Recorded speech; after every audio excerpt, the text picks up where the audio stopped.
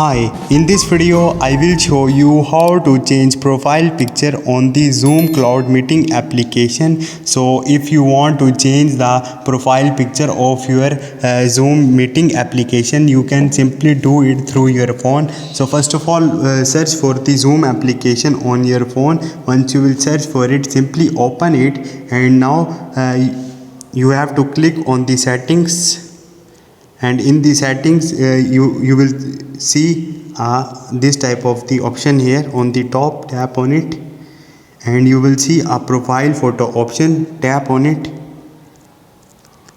Now once you will tap on it, you will see two options like take photo. You can use your camera for your right now picture. Also you can choose photo from your gallery. Once you will do it, now click on it and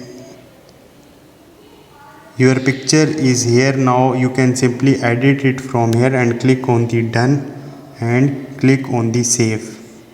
So your profile picture is changed now. So in this way you can change your profile picture on the Zoom application. Hope this video will helpful for you. See you next time. Thank you.